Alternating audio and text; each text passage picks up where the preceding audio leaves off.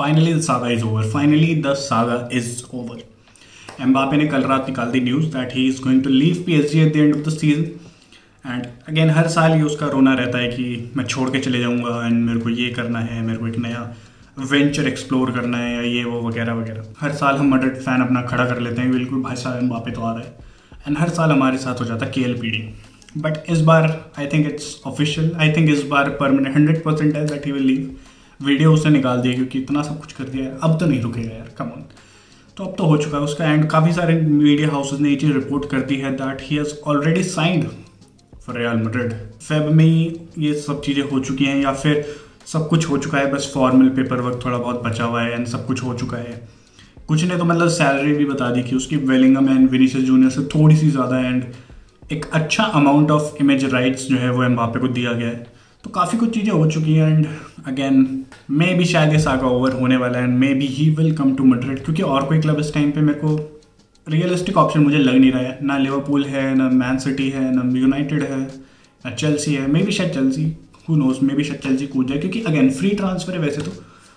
But veg का है थोड़ा चक्कर. एंड जितना मुझे लग रहा है मतलब यार कहीं नहीं जाएगा यार वो कहीं, क्योंकि मैड्रिड का ही था उसका इतने सालों से आने का कि मैड्रिड में जाना है. एंड फैन बॉय है कि 2015 से मैड्रिड लगी हुई है एम्बापे के पीछे. तो मतलब ऑलमोस्ट 9 साल हो जाएंगे.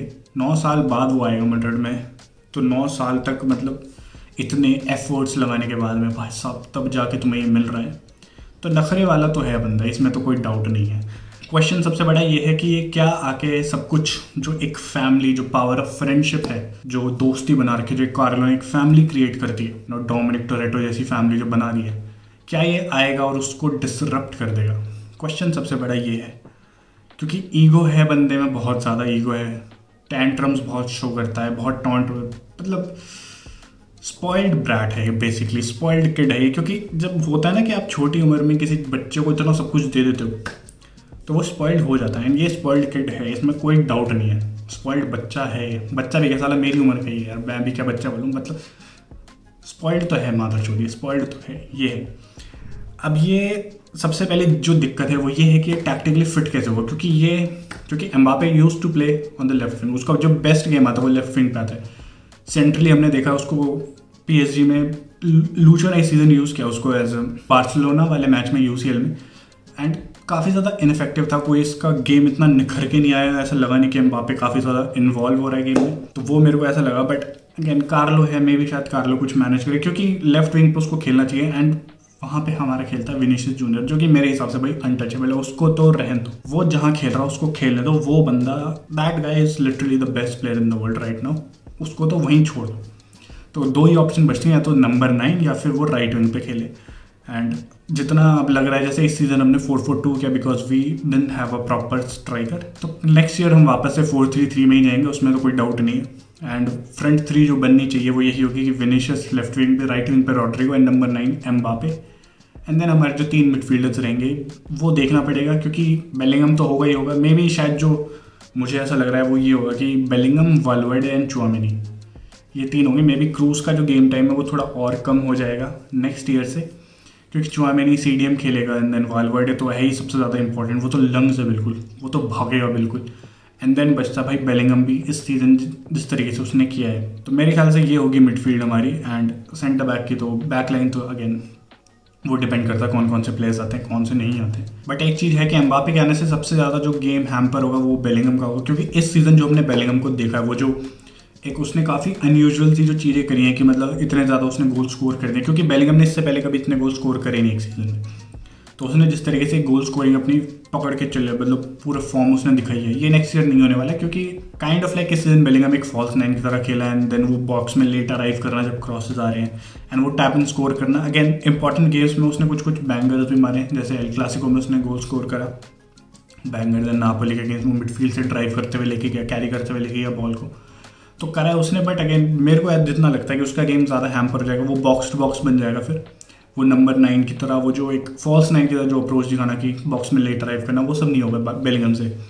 तो उसका गेम काफ़ी ज़्यादा हैम्पर होगा. हैम्पर भी नहीं बोलूँगा मैं, कि बस उसकी जो एक अनयूजुअल क्वालिटी जो हमें दिखी इस सीज़न की, वो गोल स्कोर कर सकता है, वो जो रन बनाना, वो सारी चीज़ें कर सकता है, वो हमें नेक्स्ट सीजन शायद इतना ना देखने को मिले अगर एम्बापे आता है. तो अगेन नेक्स्ट ईयर क्या एम्बापे के आने के बाद में काफ़ी ज़्यादा मेरी एक्सपेक्टेशन बढ़ जाएगी। नेक्स्ट ईयर देखो मैं इतनी एक्सपेक्टेशंस नहीं रखूँगा कि एम्बापे आते ही मतलब बिल्कुल हमें ट्रेबल जिता दे, भाई सब कुछ कर रहे हैं हम, नहीं। मैं आई थिंक 1 या 2 सीज़न देना पड़ेगा। 1 सीज़न मेरे हिसाब से देखना पड़ेगा कि वो किस तरीके से टीम में डेवलप होता है, कैसे नहीं होता है, एंड क्या टीम उस लेवल पे परफॉर्म कर भी पा रही है नहीं उसके इंक्लूजन से। प्रॉब्लम सबसे बड़ी जो ये है वो यही है कि वो टैक्टिकली फिट कैसे होगा एंड जो एनवायरनमेंट है उसको ख़राब तो नहीं कर देगा, क्योंकि अगर इसने ख़राब कर देना भाई साहब कसम से वो ख़राब कर सकता है इस चीज़ को। वो जो प्रोजेक्ट जो बन रहा है एटलीस्ट 10 सालों के लिए, जो एकदम फ्लॉलेस प्रोजेक्ट है मेरे हिसाब से, मतलब इसमें कोई कमी नहीं है। जिस तरीके की हमने रिक्रूटमेंट किए, तो हो सकता है कि एम्बापे सिंगल हैंडेडली आए और ख़राब कर दे सब कुछ। तो ये बहुत अच्छा चांस है इस चीज़ का, तो ये भी चीज़ हमें देखनी पड़ेगी। एंड इसीलिए मैं काफ़ी ज़्यादा मतलब I am not that happy कि एम्बापे आ रहा है, मतलब नहीं लग रहा है यार मुझे। मैं सोच रहा हूँ कि ना ही आता, इससे ज़्यादा वो ज़्यादा बेटर है। बट अब आ रहा है, मतलब अभी अगेन कंफर्म नहीं है, बट अगर आता है तो आ ही जाएगा, क्योंकि पेरेज ने ईगो पे ले लिया, बात सिंपल सी है। एंड ईगो पे उसने ले लिया तो वो ला के ही छोड़ेगा, इसमें कोई अब कुछ कर नहीं सकते, हम कुछ नहीं कर सकते इसमें, वो आएगा ही मेरे को जितना लग रहा है। बाकी एक न्यूज़ आ रहा है कि मेसन माउंट फिर से इंजर्ड हो गया भाई यूनाइटेड के लिए।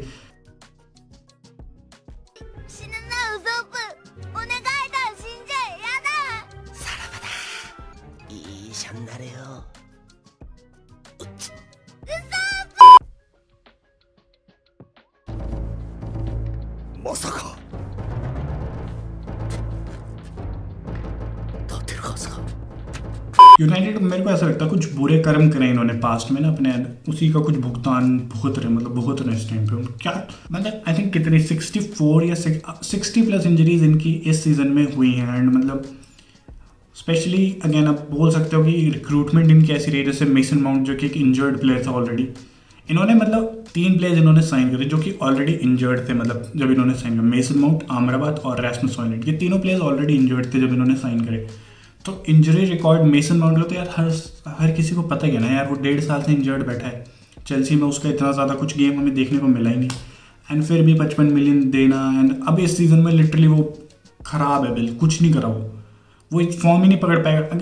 अब बात वही है कि लोग कह रहे उसको टाइम नहीं मिला, बट वो टाइम मिलेगा भी कैसे? मैनेजर टाइम देगा, चलो मैनेजर टाइम दे भी रहा उसको, बट वो खुद को फिट ही नहीं रख पा रहा है, तो कैसे आपको लोगे कि यार मतलब इसका बेस्ट हमें देखने को, बेस्ट तो तभी मिलेगा ना जब उसको गेम टाइम मिलेगा, जब वो खेलेगा। वो खेल ही नहीं रहा है, वो 2-3 मैच खेलता है वो इंजर्ड हो जाता है। क्रिस्टल पैलेस वाला गेम था जिसमें आई थिंक उसने स्टार्टिंग में खेला था वो, एंड देन अब क्रिस्टल पैलेस वाला गेम मेरे को याद आ रहा है जिसमें यूनाइटेड 4-0 हार गई थी, वो भी भाई 4-0 हार गई थी भाई। ओलिसे ने ऑडिशन दे दिया था अपना लिटरल तगड़ा वाला बिल्कुल, वहीं पे मतलब सर जिम रैटक्लिफ ने कह दिया था भाई आप मुंबई आ रहे हो, चलो भाई आप मुंबई आ रहे हो, मतलब बिल्कुल। तो मुझे तो इनको ऐसा लगता है कि भाई इनको तो वैष्णो देवी जाना पड़ेगा, वहाँ माथा टेक के आना पड़ेगा, तभी कुछ हो सकता है। इतने ज़्यादा injuries and again club already है कितने शैम्बल्स में है, ऑलरेडी इतने ज़्यादा एक ख़राब सीजन जा रहा है, इंजरीज लिटरली उसमें, और मतलब अगेन मेन रीज़न बोल सकते हो इंजरीज हैं। देन कुछ प्लेयर्स भी हैं जो कि बेस्ट नहीं देते हैं। गलती वही है कि 30 एंड 10, 30% मैनेजर की, 30% प्लेयर्स की, 30% मैनेजर की एंड 10% ठीक है 33.33 कर दो तीनों को, यही 3 है गलती, और तो कुछ है नहीं। मैनेजमेंट गलत रिक्रूटमेंट करती है,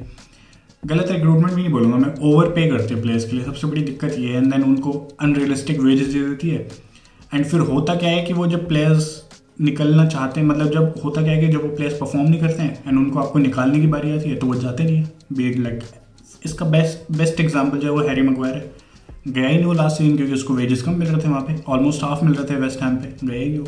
और क्यों भी जाएगा यार, मतलब अगर मेरे को कहीं पे 2 लाख रुपए मिल रहे हैं जहाँ पे मैं कुछ नहीं कर रहा हूँ, बेंच पे बैठा हूँ, लेकिन मैं क्यों ही छोड़ के जाऊँगा दूसरी जगह पे जहाँ मेरे को आधी सैलरी मिले उस चीज़ की, जहाँ मेरे को काम भी करना पड़ेगा।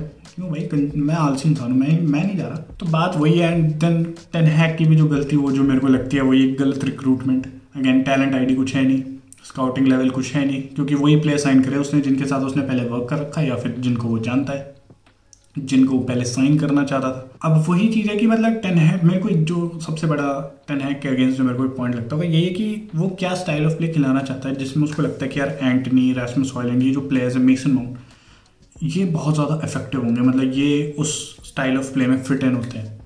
ऐसा क्या सोचता है, जब वो प्लेयर्स आते हैं फिर उनको खिलाते नहीं। जैसे एंटनी को तो खैर उसने काफ़ी, मतलब उसको तो लिटरली अपना बच्चा मान लिया भाई, तो अपने बच्चे को टेन हैग ने इतना बैक नहीं करेगा जितना उसने एंटनी को बैक किया। मतलब 7 महीने तक उस बंदे ने ना गोल स्कोर किया ना असिस्ट किया, फिर भी वो स्टार्ट कर रहा है गेम को, तो ये कहीं ना कहीं फेवरेटिज्म लगता है मेरे को। And then same goes with Rashford, जिस तरीके से रैशफोर्ड को week in week out start करवाता है। तो गलतियाँ तो टेन हैग ने भी की है, एंड काफ़ी न्यूज़ भी आ रही है कि टूकल इंटरेस्टेड है यूनाइटेड की जॉब में। टेन हैग को सैक करके टूकल को लाना कोई सेंस नहीं बनता इस टाइम पे, क्योंकि टूकल लिटरली बहुत ख़राब फेज़ में इस टाइम पे। वो बायर्न से लीग हार रही है, और जो जिस लीग को बायर्न 12 साल से डोमिनेट कर रही है वो लास्ट ईयर भी हार रहा था। अगर डॉर्टमुंड अच्छा मतलब लास्ट गेम अपना जीत जाती तो टूगल का तो नहीं है। एंड इस सीजन भी वो थर्ड फिनिश कर सकते हैं अगर स्टुटगार्ट अपना दोनों गेम अपने जीत जाते हैं। बायर्न यहाँ से दो मैचेस बचे उसमें पॉइंट्स ड्रॉप करती है, भाई स्टुटगार्ट सेकंड फिनिश कर जाएगी। तो अगेन आप कह सकते हो कि बायर लेवरकुसेन को चला फिर भी पिक्चर से हट निकाल दो कि मतलब बायर लेवरकुसेन ने तो एक अनथिंकेबल सीजन ही कर दिया कि वो तो अनबीटन ही चले गए। बट यार स्टुटगार्ट से तो कम ऑन, आई थिंक ऊपर फिनिश करना चाहिए ना स्टुटगार्ट से। तो लिटरली 2 पॉइंट्स का डिफरेंस है between Bayern Munich and Stuttgart. तो कहीं ना उसने तो ख़राब किया। उसने डीएफबी पोकल से वो पता नहीं कौन सी थर्ड डिवीजन या सेकंड डिवीजन की टीम से बाहर हो गया। वो चैंपियंस लीग में भी वो चलो ठीक है सेमीफाइनल तक गया, बट वहाँ पे भी उसने हक दिया एंड में प्लेयर्स को सब आउट करना है एंड वो सारी चीज़ें। कहीं ना कहीं मेरे हिसाब से टुकल तो सेंस नहीं बनाता है। एंड देन पॉटर की न्यूज़ आ रही थी बीच में, कह रहा साउथगेट कह रही थी। तो इन सबसे बेटर तो टेन हैग ही है, या तो मेरे हिसाब से तो ये पहले मैं काफ़ी अगेंस्ट था टेन हैग कि इसको निकाल दो जिस तरीके से कर रहा है। बट नाउ आई थिंक कि जितनी इंजरीज रही हैं मेरे हिसाब से नेक्स्ट सीजन उसको दो। एंड ये जो इंजरीज जो है मे भी शायद अगर नेक्स्ट सीजन इतनी इंजरीज नहीं होती, जैसे लीचा काफ़ी ज़्यादा मेन है। लीचा जब आता है तो यूनाइटेड का एक अलग ही गेम दिखता है। तो नेक्स्ट सीजन होपफुली अगर लीचा इंजर्ड नहीं होता है तो मे भी शायद टेन हैग कुछ वंडर्स कर दे इस टीम के साथ, या जो भी उसका जो स्टाइल ऑफ प्ले है जो वो खिलाना चाहता है, जो भी उसका सिस्टम है, मे भी शायद उसमें वो फ्लरिश करेगा यूनाइटेड में। तो अगेन आई थिंक एक सीज़न और देना चाहिए मेरे हिसाब से। इतना जल्दी जंप द गन वाली सिचुएशन नहीं करनी चाहिए, क्योंकि जो ऑप्शन है वो और भी ज़्यादा बेकार ही है। टूगल एक अच्छा लीग मैनेजर नहीं है, एंड टूगल इतना ज़्यादा कुछ कप कंपटीशन में भी इतना कुछ खास उसने अभी रिसेंट टाइम्स में इतना किया नहीं है। चेल्सी के साथ वो गया था, 3 फाइनल खेला था वो चैंपियंस लीग के, and then Carabao and FA cup, but वो 2 हार गया था, दोनों लिवरपूल से हार गया था वो, एंड एक जीत गया था against Man City. And ten Hag भी पहुंच ही गया है। लास्ट ईयर भी FA कप और काराबाओ कप तो उसने फाइनल में तो पहुंचा ही दिया था। इस सीजन भी FA कप के फाइनल में पहुंचा दी, जैसे भी पहुंचाया, बट पहुंचाया तो ही। In my opinion I think ten Hag को एक सीजन और दो, एंड झाड़ा करवाओ भाई, झाड़ा करवाओ यार। ना हवन ववन करवाओ, पंडित को बुलाओ, क्योंकि कोई कुछ तो है, मतलब कुछ तो गलत हो रहा है इस क्लब में अंदर। यानी जो मैनेजमेंट है, जो स्टाफ है, इनको तो निकाल दो मतलब भाई। बाकी मिलते हैं नेक्स्ट वीडियो में, एंड वीडियो पसंद है तो लाइक करो, चैनल को सब्सक्राइब करो, एंड अपने ओपिनियन जरूर बताना मुझे क्या लगता है। तो एम्बापे कहाँ जाएगा? क्या यूनाइटेड को सैक कर देना चाहिए टेन हैग को, या नहीं करना चाहिए? एंड अगर करना चाहिए तो कौन बेस्ट ऑप्शन है तुम्हारे हिसाब से? बाय।